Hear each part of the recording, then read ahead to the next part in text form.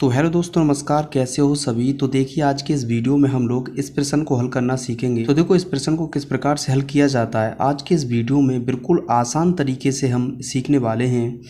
तो देखो, चलो हम स्टार्ट करते हैं वीडियो को और देखते हैं कि इस प्रश्न को किस प्रकार से हल किया जाता है।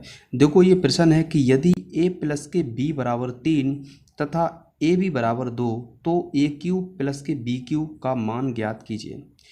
तो देखो, हमें यहाँ पर a प्लस बी का वैल्यू दे रखी है कि a प्लस के b बराबर 3 दिया है और a b बराबर 2 दिया है और a cube plus b cube का हमसे मान पूछा है। तो देखो, इस सवाल को हल करने के लिए हमें इस सूत्र की ज़रूरत पड़ेगी। तो देखो, अगर आपको ये सूत्र याद है तो बहुत अच्छी बात है। अगर ये आपको सूत्र याद नहीं है तो आप इस सूत्र को याद जरूर कर लें। ये सूत्र है a प्लस बी का होल क्यूब। तो देखो, ये सूत्र होता है a cube plus B cube plus 3ab और कोष्टक में a प्लस के b।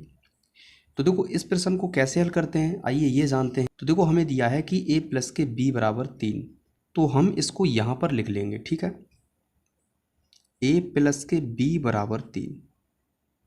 इतना करने के बाद हम क्या करेंगे कि इन दोनों पक्षों का घन कर देंगे। ठीक है, हम लिखेंगे यहाँ पर दोनों पक्षों का घन करने पर तो जब हम इन दोनों पक्षों का घन करेंगे तो क्या हो जाएगा, a प्लस के b का होल क्यूब बराबर 3 का होल क्यूब। यानी कि इस पक्ष का भी घन करेंगे और इस पक्ष का भी घन करेंगे तो अब क्या आ जाएगा, ये आ जाएगा। अब हम यहाँ पर क्या करेंगे कि इस a प्लस के b का जो होल क्यूब है इसका हम सूत्र खोल लेंगे जो ये दिया है। यानी कि a प्लस के b का होल क्यूब क्या होता है, a cube plus b cube, यानी कि ये है, इसे हम लिख देंगे। तो ये है a क्यूब प्लस के b क्यूब प्लस के 3ab और कोष्टक में a प्लस के b। इतना करने के बाद इस बराबर के चिन्ह को यहाँ पर लगाएंगे और इस 3 की घात 3 है तो हम इसे 3 गुणा 3 गुणा 3 के रूप में लिख लेंगे।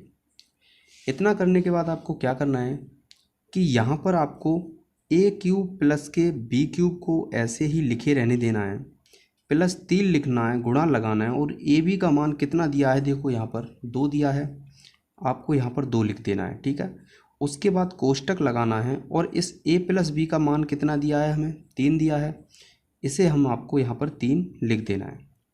इतना करने के बाद आपको क्या करना है, इन्हें आपस में हल कर लेना है। तो देखो, 3 तिया 9 और 9 तिया 27, तो इन्हें हल करने के बाद कितना आएगा, 27। इतना करने के बाद आपको क्या करना है कि ये क्या है, a cube plus b cube plus के 3 दूनी 6 गुणा ये वाला 3। ठीक है, बराबर आपको यहाँ पर ये 27 लगा देना है। इतना करने के बाद आपको यहाँ ये a क्यूब प्लस के b क्यूब प्लस के 6 का 3 में गुणा करना है तो कितना हो जाएगा, 6 तिया 18 बराबर 27।